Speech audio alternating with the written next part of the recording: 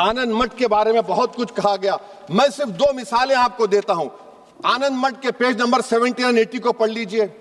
इसके बाद सनातन जहां मुसलमानों के घर पाते थे, इन्हें आग लगा देते थे। आप पेज नंबर 98 पढ़िए।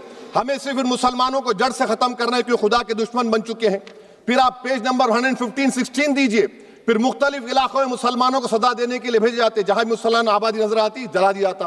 फिर आप देख लीजिए मैडम, सफे नंबर 120 पेज 120, बंकिम लिखते हैं कि सनातियों को मालूम नहीं था कि अंग्रेज हिंदुस्तान को निजात दिलाने वाले हैं।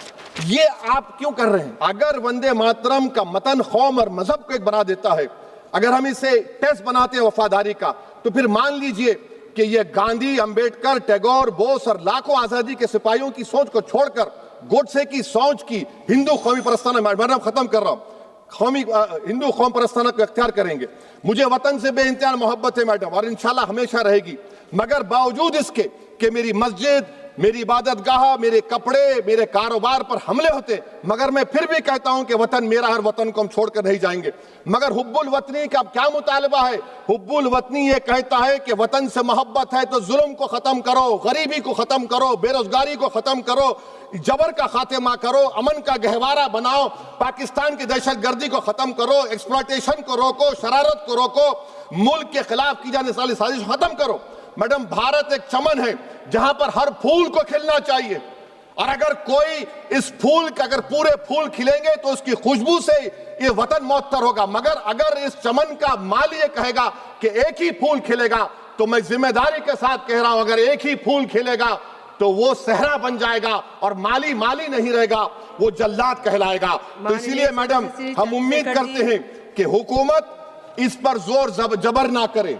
मेरा राइट है, यकीनन मैं जानता हूं कि आजादी के लड़ाई में वंदे मातरम का नारा था, मगर अगर आप इसको जबर करेंगे तो ये संविधान के खिलाफ है। वफादारी का सर्टिफिकेट हमसे मत लीजिए मैडम, खत्म कर रहा हूं। वफादारी का सर्टिफिकेट हमसे मत लीजिए।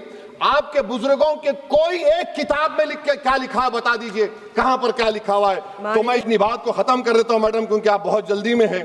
कि भारत जिंदाबाद, हिंदू मुसलमान जिंदाबाद, दलित जिंदाबाद, ईसाई जिंदाबाद, आदिवासी जिंदाबाद, जो किसी खुदा को नहीं मानते वो भी जिंदाबाद, और मैडम सब पिछड़ा सब आ गया इसमें। तो हम उम्मीद करते कि इस रूह को आप समझेंगे, अगर आप सिर्फ अपनी आइडियोलॉजी को लेकर चलेंगे। और आखिर में मैडम, जनाब बंकिम चंद्रा साहब के बारे में मैं आपके सामने डॉक्यूमेंट लेकर रहा हूं कि उन्होंने बीए का एग्जाम पास नहीं किया था, 7 मार्क्स से फेल हो गए थे, ये भी रख रहा हूं। तो आप जिसको लिटरेरी जायंट बता रहे, ये नहीं है। बहुत बहुत शुक्रिया मैडम।